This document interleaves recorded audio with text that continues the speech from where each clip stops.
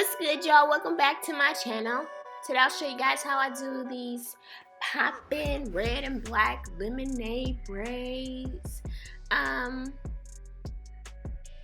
know I gave you guys a tutorial before on these lemonade braids, but this is kind of a different style, a different way of doing them. I still use the same technique. I just braid a couple of times and I add on some hair.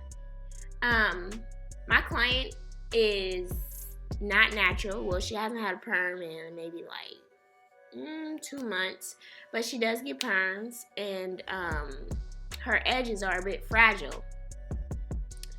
She also wears weaves as well, and she don't want me to leave any baby hair out, so I braided everything up. Now I braid light as a feather, but as you can see, it's going to look tight because of the perm or the new growth.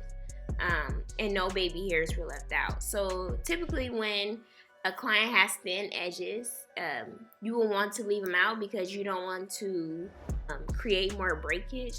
However, you know, some clients be like, you know what, I don't know how to do baby hairs. This is, you know, my hair being braided up makes it feel neat. It looks better.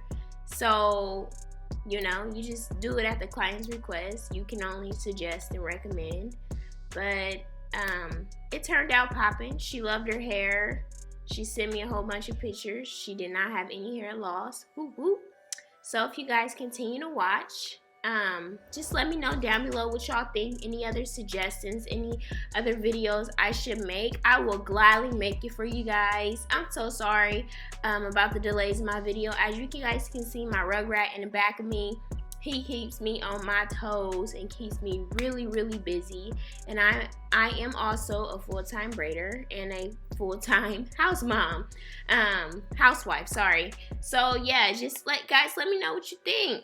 Thank you all for supporting me and tuning in, and enjoy the video.